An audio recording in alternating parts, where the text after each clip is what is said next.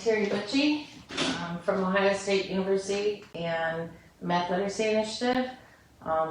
We're going to talk a little bit about number bonds today and how to get students to use the tool of a bar diagram and what processes to use to kind of build them up to using that tool.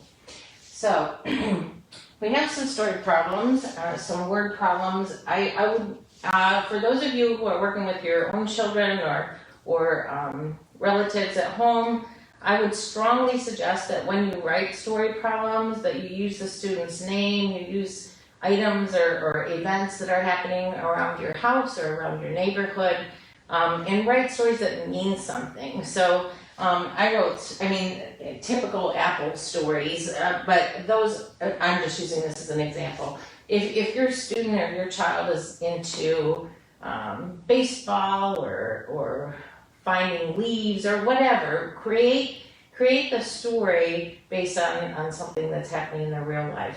Another idea is to read a book with your child. So read a book together, a children's book, and then create some word problems together with your child that would help them to understand these ideas. And we'll talk about how to create those questions with your child a little bit after we do some of the maths. But really involve your student in the creation of the questions, because when they write questions, they'll be looking for specific things, just like when you're solving the question, so it helps them out.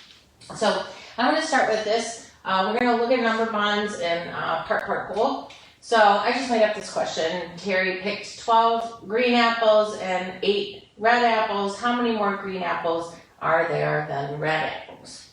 So one thing that we don't want to do is we don't want students to look for what's called keywords. And I know I might get some pushback on this, but keywords decontextualize the story.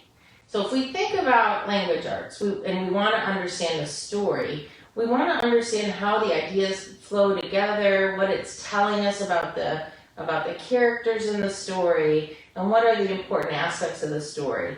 If we want that comprehension piece, we want students to comprehend what they're reading and to really see it as a story, then you can't pull words out of it. It doesn't make sense to do something like that. The other thing that keywords do is when a student only looks for keywords, oftentimes there are no keywords in a real world problem, so it doesn't help the student to know what they should do, which is, like the fast way that we used to learn how to do problem solving was look for a more than, and that means this, or look for a total, and that means this, and that means nothing about the story. So we want to read the story to understand the story. So let's read this story again. So Terry picked 12 green apples and 8 red apples. How many more green apples are there than red apples? So what's the story about? It's about apples. So we're going to be looking at apples. What are we going to be doing? Well, Terry bought some of this kind and some of that kind, and we want to know how many more of one of them. Well, I put counters up here. You can use whatever you want for counters. It doesn't matter. It's nice to use something. So we're going to look at it from the most concrete way to solve it to the most abstract. Well, not really abstract, but to the number bond. So the most concrete way would be to have counters and to have the counters actually represented. So you'll see I have green and I have red. You don't have to do this. It makes it very concrete. So one way that we can do this problem, and these are called comparing problems. So we're going to compare. We're going to look at this and compare. So one way to solve this is to just match them up. So I have this green one, and I'm going to match that up with this red one. So they have a match, so I'm going to pull that off to the side because they're the same. So there's no more green than red in this one pairing. Then I'm going to match these up. So I'm going to say, okay, these two are going to go together. I'm going to match these up, and so I can take them off because they're exactly the same. Although they're not exactly the same. One's red and one's green, but they're the same number of apples. So 1 green, 1 red, 1 green, 1 red, 1 green, one red, same, and then the same. So all of these are even Steven, right? There's no more green than red in this. We've matched them up. They each have a partner. But look, there's these leftovers that don't have a match. So how many more green are there than red? 1, 2, 3, 4. These are not matched up. That's a comparison model. That's a concrete comparison model. So I'm going to write that down. So what are our strategies? We have this concrete model, and we're matching them up. Okay, so that's one way to solve a problem where they have a part, and we want to figure out which one has more. So that's one way. Another way, using this same idea, is to take all of them that we have and just line them up.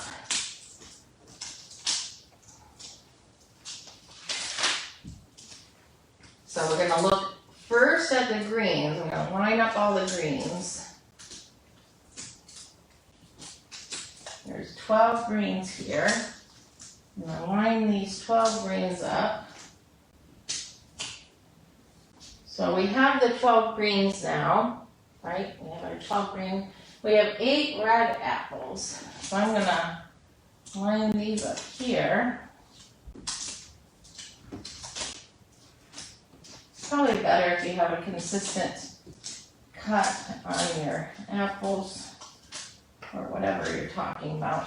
So we're lining them up here, and then we're basically doing the matching up, but you're doing it as you line them up on the board. So we're gonna line these up, and we're gonna look at this extra piece. So we know these are all the same. It's all the same up until this point right here. And after this point, we have 1, 2, 3, 4 green apples, just like we did when we matched them up and pulled them off of the board. So we have these 4 that are extra. So we're gonna put that structure back here. So we have concrete model and matching. We have lining them up.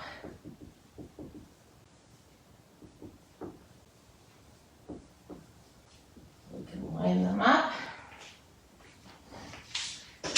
Now this, I'm going through several different ways to solve this, but you don't do them all at once like I'm doing here. I'm just going to try to share them all with you.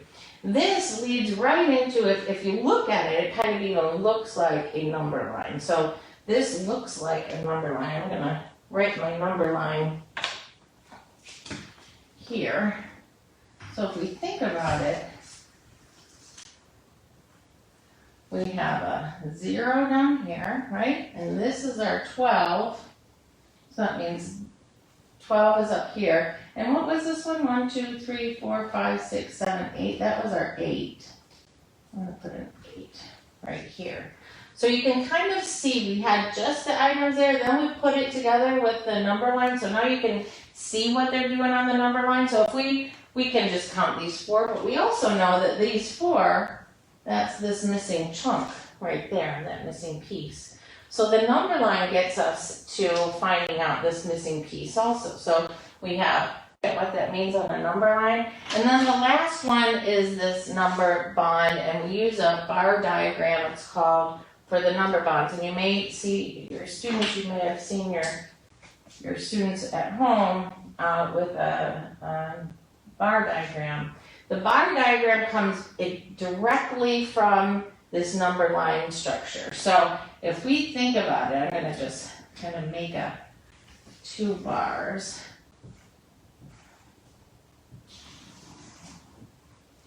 So what do we know? If we're looking at this in terms of a bar diagram, so again, I'm going straight from, so here's our 8.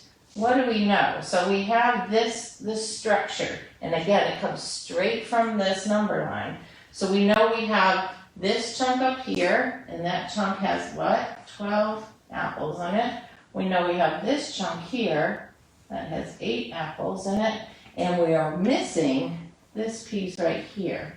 That's the question. What is that missing piece right there? And so when you use this kind of bar diagram, it tells them that this is the chunk that's missing. And if you've done the lining it up and concrete model matching, they already kind of have an idea of what that piece would be. So this is where the number bond comes, or the bar diagram comes from. So we can solve this question all four of these different ways. Let me put that one up there. Bar diagram.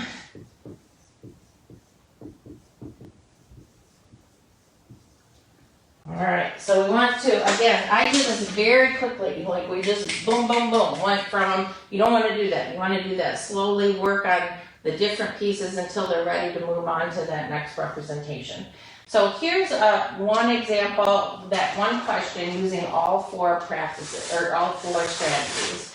I'm going to move this down now, and we're going to look at some other questions. So again, use your students' names, make it personal somehow.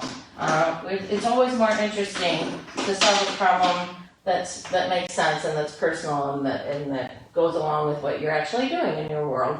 And it makes sense for students too. Like, they don't want to just talk about apples because it happens to be fall. They want to talk about whatever it is that they're interested in. So make it interesting for them.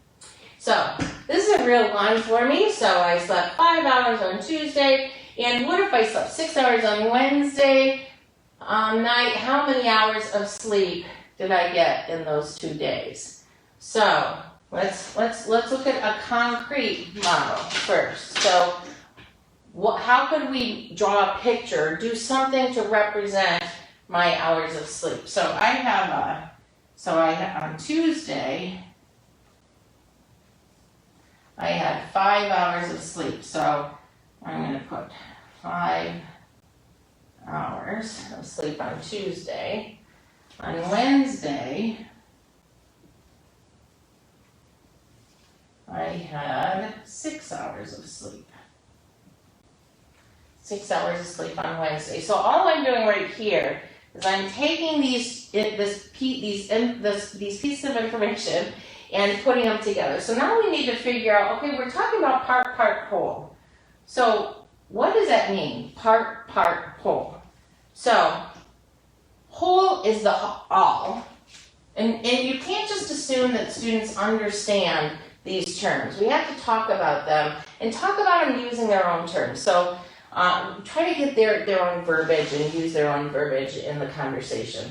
So we know we have 6 hours here, 5 hours here and 6 hours here. And we want to know, so we have this 5 hours on Tuesday, these 6 hours on Wednesday, and in the 2 days. So now I'm underlining these things. That's not the same thing as looking for keywords. But it helps me to organize my ideas. So I know that this is part of when I slept, this is part of when I slept, and I want to know when I slept all together or the whole. So think about what is the part, what is the part, what is the whole. And if your students are struggling with that word part and whole, use a word that they come up with. So if you want to take an object and break it apart and say, okay, what do we want to call this piece and what do we want to call this piece, and then put it back together, what do we want to call that piece? Find out what words they're using and use those words. So we have this part, and we're looking for the whole, because that's where we have these 3 chunks always, part, whole, in this case. So we have this piece.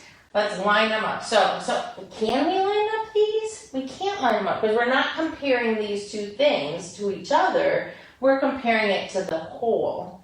So what are we comparing? What are the things that we're comparing here? So we have 5 hours here and 6 hours here. So make my number line here. So we know that this is 5 hours. You know, this is 6 hours, and this is our number line. We have a 5, and we're going to go 6 more. Where does it end up? That's really our question, right? Because we know, let's look at our number bond. Yeah, I'll write this on top.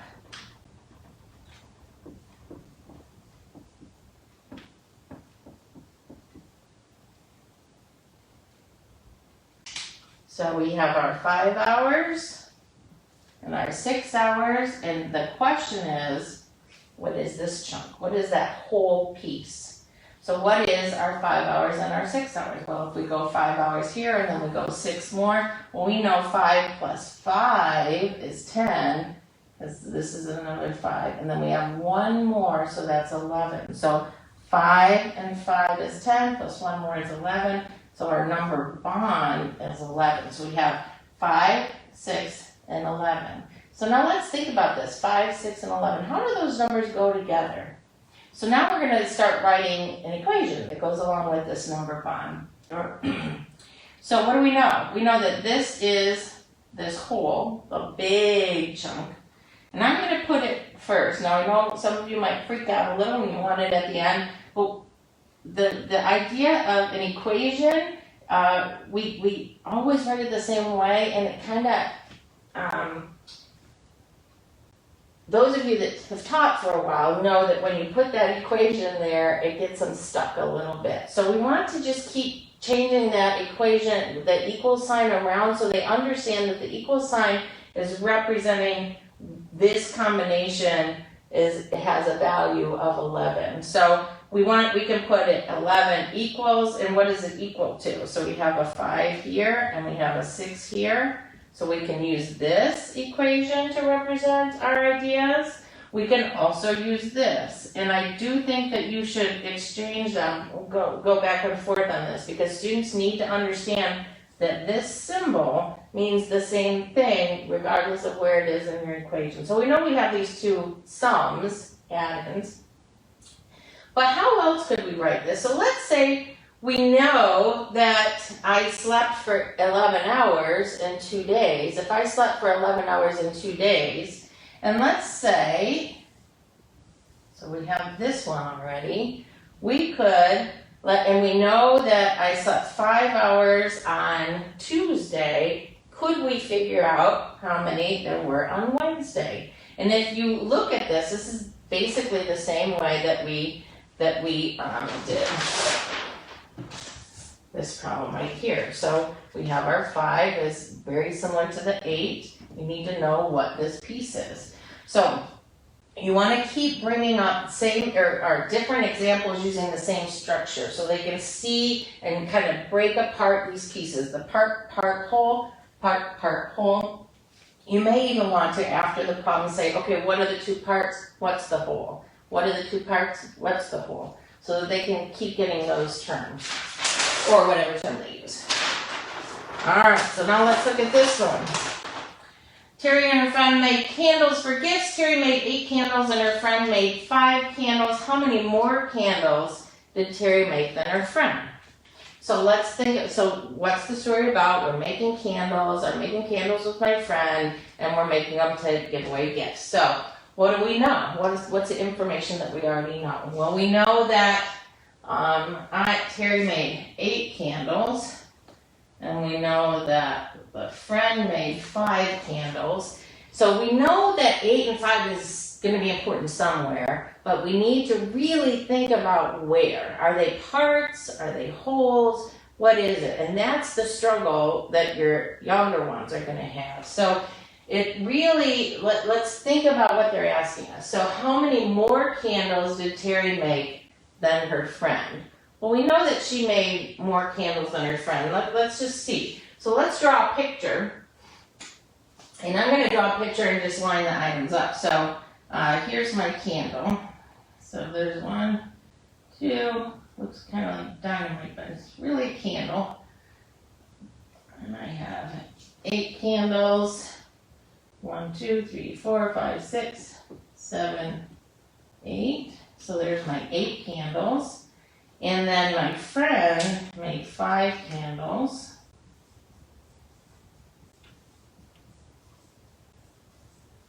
Okay, and we need to know how many more candles did Terry make than her friend. So here's Terry and here's her friend. How many more did I make than my friend?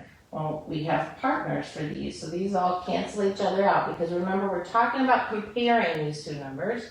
So those all cancel each other out. Well, how many more are there? Well, there's 3 that don't have partners down here. So there's 3, Terry has 3 more candles than her friend. And then let's do this again on the number line. So let's say we're looking at a number line. This is a little more abstract. So we have the picture on one.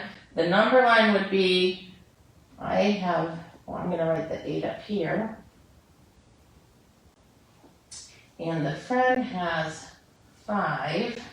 So if the friend has 5 and I have 8, and we want to look at this part, we're really looking for, this is called the difference. And if you think about it, the answer to a subtraction problem is called the difference. What is the difference? And it makes sense, that word makes sense. What is the difference between 8 and 5? What's the difference between those two numbers? And if we think about it in terms of just the general usage of that word, it makes sense. What's the difference in those two? Well, the difference in the two is right here, this section right here. So we know we have a difference of 3. And then this again just goes right into that bar diagram. So another way that you could do this, if they were at that abstract level, is they could just look at this 8, and it comes from the number line. Please make sure that when you do use this bar diagram, that you use it in connection with the number line. That's where it comes from, and that helps them to really ground their understanding. All right, so we have this piece too, and we have thought out that is 3. So we want to get used to using this tool of the bar diagram, but make sure that you build on it on the concrete kind of structures that students already have. Let's do one more, and then we'll talk about something else. So there are 16 bananas in the grocery bag. There are 11 apples in the bag. How many fewer apples are in the bag than bananas?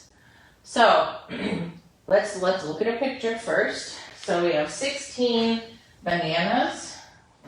I'm just going to draw a banana. 2, 3, 4, 5, 6, 7, 8, 9, 10, 11, 12, 13, 14, 15, 16. So 1, 2, 3, 4, 5, 6, 7, 8, 9, 10, 11, 12, 13, 14, 15, 16 bananas in the bag. There are 11 apples. So I'm going to put my 11 apples. 1, 2, 3, 4, 5, 6, 7, 8, 9, 10, 11. So I have my 11 apples. I have my 16 bananas.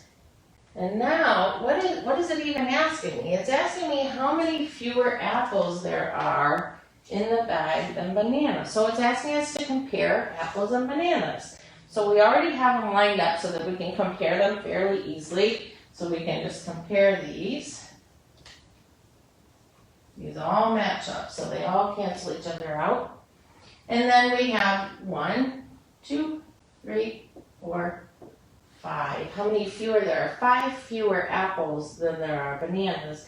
And you can tell just by how I lined this up that we can do the part whole with this. So we could